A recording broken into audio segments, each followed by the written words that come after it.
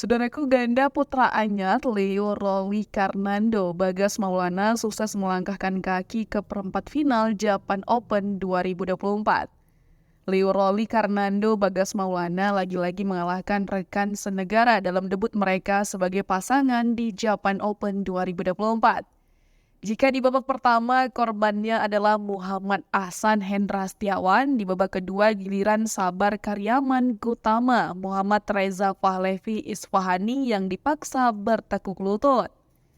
Sempat tertinggal di awal, Leo Bagas mampu bangkit untuk menang dengan skor 21-18 dan 21-16 dalam pertandingan di Yokohama Arena, Kanagawa, Jepang pada Kamis 22 Agustus 2024. Game pertama diwarnai dengan kejar-kejaran poin. Sabar Reza mendapatkan kesempatan untuk membuka margin poin terlebih dahulu sejak 8-4 hingga 10-6.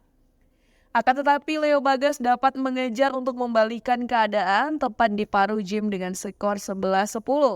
Pergerakan Leo di depan net menyulitkan Sabar Reza.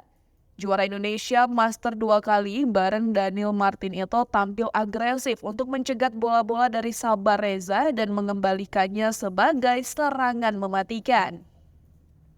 Sabar Reza merespon dengan mengarahkan pengembalian pertama ke Bagas untuk memecah rotasi lawan. Taktik ini hampir berhasil bagi Sabar Reza, awalnya tertinggal 11-17. Kampion Spain Master 2024 ini hampir menyamakan di 17-18.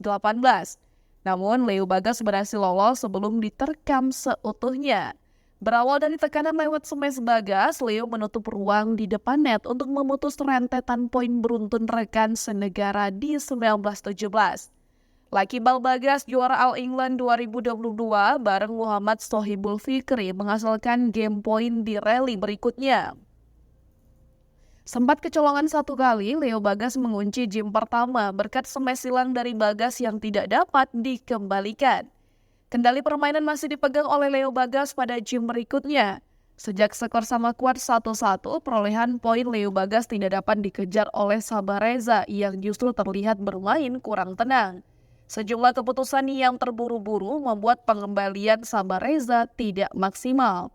Leo Bagas dengan cukup leluasa melebarkan jarak poin hingga 3 poin di 3-1, 4 poin dan 7-3 dan masih 4 poin di interval 11-7.